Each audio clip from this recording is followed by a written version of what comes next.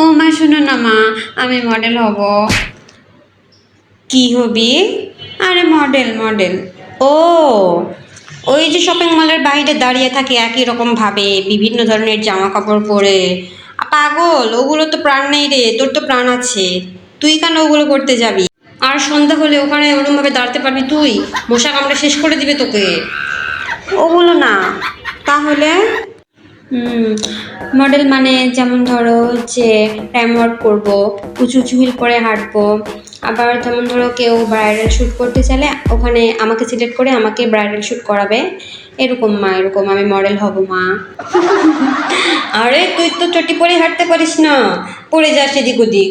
আবার তুই করবি ডান্স, উঁচু উঁচু হিল পরে। আর তোর এই হাতের মতো শরীর নিয়ে তোকে কে মডেলে চান্স দিবে রে?